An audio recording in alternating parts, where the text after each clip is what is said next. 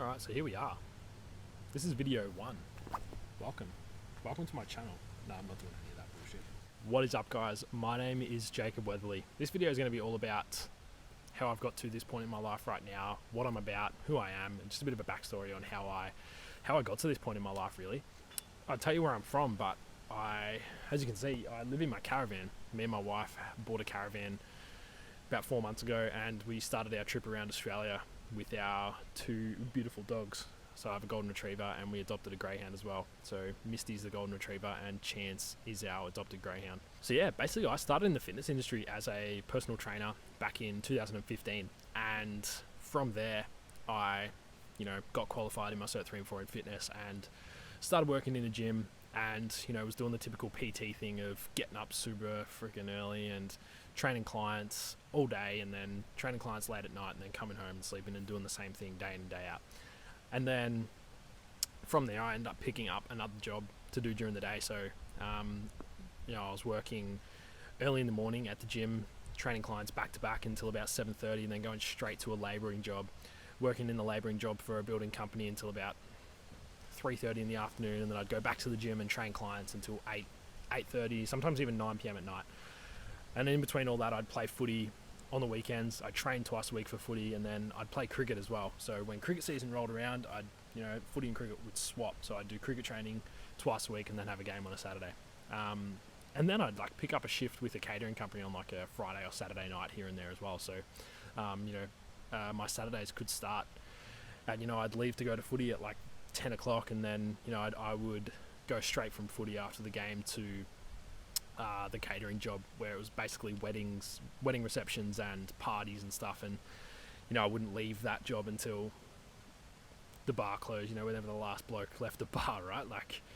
1 a.m, 1:30, 2 a.m. after we clean up. So, really put in the hard yards early on in my career. I was working flat out because, ever since I started as a personal trainer, I had this dream to open up my own facility and open up my own gym and do it exactly the way I wanted it to. And, I had this vision of making my hometown, Maffra, where I'm originally from, making a gym that in that hometown that was the best that place had ever seen, and it would have all this different equipment and would have the best of this thing, and it would do this for members, and I'd provide this amount of value and everything like that. I always had that vision from the day I started as a PT.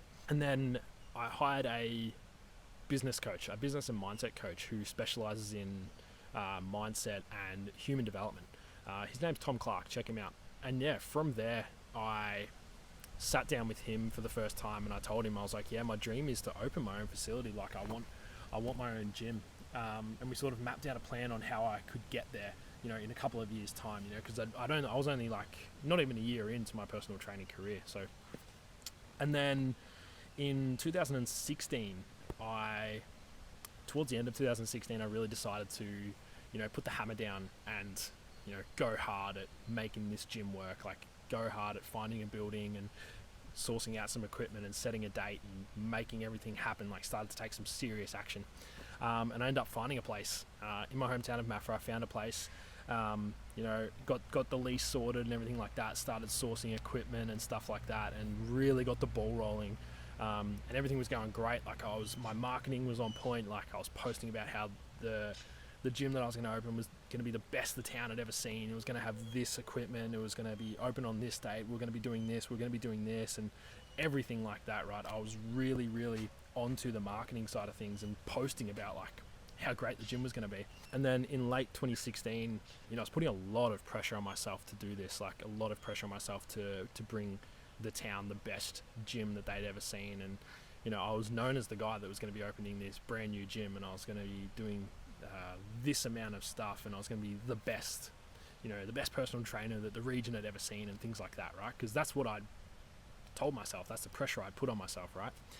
And then I ended up going through a relationship breakup as well during this period, and that played hard on my mind as well during the time. And it was the negative self-talk started, and the voices in the back of my head really started to get louder and louder, and the doubt crept in, and the low self-worth sort of rose a lot. I was constantly arguing with myself in my own head about, am I attractive enough? Am I good enough for a relationship? Am I good enough to open this gym? Like, am I going to be able to live up to the high expectations that I've set for myself? And, am I going to be able to live up to this gym owner identity that I'd given myself and that I'd told everyone in the town about and I'd posted about and everything like that? And then to go through this breakup was, it really, really put me down. But, I just sort of distracted myself by working even harder on the gym side of things. And I was like, cool, like this is the time that I knuckle down. I distracted myself from that completely, and it worked. Like, I'm gonna be honest, like it worked. And then a few days after that, I'd ordered, tens of thousands of dollars of equipment through this equipment company that I won't name. And I found out that they had gone under. They'd gone into, can't remember what the word is, administration or liquidation, or whichever the one where they have to sell everything to pay back debt, right? So, I was constantly contacting them about where my equipment was. And then on the day that I was meant to have the equipment delivered, I had about 5 items rock up out of 40, 45 or 50 items or something like that I'd ordered. So, I got about $2,000, not even $2,000 worth of equipment delivered on the day it was meant to get there, out of tens of thousands that I'd ordered. So, that hit me real hard too. And like, from going through the breakup and everything and the amount of pressure I'd put on myself, and then this happening was sort of like a tipping point for me. And I was like, got in that mindset of, I'm not going to be able to do this now. Like, what are people going to think? I'm not going to live up to the standards I'd set for myself. And then, the voices in my head started getting louder and louder and louder. And then it ended up with me sitting on the end of my bed with a resistance band in my hands. And I just looked at the resistance band for what seemed like hours. And then I just ended up wrapping it around my neck as many times as I could and pulling it as tight as I physically could. Like, so tight I was getting, the skin was splitting on my neck. That's how hard I was like wrapping it around. And then, I did not have the strength to go through it. I did not have the strength to die in that moment. After that, I still went ahead with the gym. I still distracted myself. Like, didn't really tell anyone about the stuff that I'd gone through and everything like that, because, as far as anyone else knew, I was this hard-working young kid at 22 who was living his dream life and opening a gym, right? So why would I want to tell anyone about this? Why would I want anyone to see me any differently than, what I thought people saw me as? So went ahead with opened the gym in early 2017, and it took off. It was insane. We had 100 members in 3 weeks. We hit 200 about 6 months after that, and it was incredible. It was so awesome. Like, the staff that were in there too was so amazing. The members were amazing. I ended up getting equipment that I truly, truly wanted, and it was going along so well. And then I think it was, probably about 12 months ago, maybe a little over 12 months ago now, I kept the same coach, kept the same mindset and human behavior specialist coach, one of the best in Australia, right? One of the absolute best coaches in the country. Invested heavily in him. Like, I'm talking, I've probably invested over $100,000 into this coach over the years that I've coached with him. And we did some deep inner work, and we worked out what my true vision was for the world. And I was sort of starting to feel stuck in the gym. I couldn't get out and see the world and find who I truly was, because I was, trapped within the walls of my gym, because, I was doing everything. I was doing all the admin. I was doing all the social media. I was, handling all the memberships. I was handling all membership inquiries. I was doing all the cleaning. I was taking on a lot of roles because I thought that's what I had to do. I thought that's what I had to do as the gym owner. I didn't outsource to anyone else, right? The members, praised the gym so much. So because I was hearing all of this feedback and because of the standard I'd set myself, I, wanted to keep that standard as high as I could. So of course I was putting all this pressure on myself again and again and again to keep this gym to the standard I wanted it to.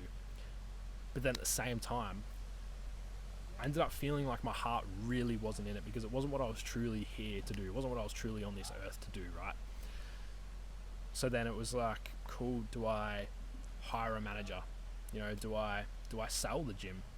And then, a couple of conversations with, my coach, conversations with my partner, and conversations with my mates and everything like that about what I should do. And then ended up making the decision to sell the gym, sell my gym. You know, it came as a shock to a lot of people because everyone's like, oh, this is your baby, this is your dream, you built it from the ground up and everything like that. And I was like, yeah, I did. Like, I absolutely did. But I found out what I was truly on this planet to do. I found out what I was truly passionate about, and from there, made the decision to sell the gym. I ended up selling it to my best mate. He was the best man at my wedding. I sold it to him, and it was honestly one of the most refreshing experiences that I went through, because it was almost like a huge weight had been lifted off my shoulders. And I was so grateful for that whole experience of, you know, owning a gym and being able to, you know, work the 85 hours a week for 3 years just to make it what I wanted it to, and then to be able to sell it to a guy who I know is doing extremely fucking well with it now was so awesome and so fulfilling at the same time. And then, yeah, with what I was talking about, with that deep inner work that I did with my coach, you know, I'd never really gone back to that period where I'd never gone back to that time where I was, you know, sitting on the end of the bed with the resistance band. I'd never revisited that because I just constantly distracted myself with, you know, the gym and with other relationships and other stuff that was going on in my life. And then once we revisited that, you know, I had this massive epiphany, this massive realization that at that point, I didn't have the strength to die. So I must have the strength to live. And once I realized that, my life really started. Like, that's the point where my life really started, when I realized that, because I did not have the strength to kill myself. So I must have the strength to truly live. And from that point onwards, my life has just been incredible. You know, I met the love of my life. I met my beautiful wife, Grace. We got married, and it was honestly the most beautiful day that I've ever experienced in my life. And all the people that were there, it was just incredible. Like, it was the most amazing day. And yeah, I sold the gym, and we bought a caravan, and now we're traveling around the country with our 2 dogs. We can literally go anywhere we want. We can pull up on a beach if we want to. We can go park in a rainforest if we like. Like, it's just the most incredible, freeing thing that's ever happened. You know, we sold 80% of our stuff. We got rid of everything, and even that was so refreshing. Like, it was like even more weight was lifted off my shoulders, just getting rid of like clothes and like random crap that I'd hoarded over the years, and like stuff like that. Like, you know, I don't own many clothes now. It's like I've cut my clothes by, you know, I got rid of 75% of my clothes. You know, everything was gone. I have like 6 or 7 shirts now compared to like 40 that I used to have.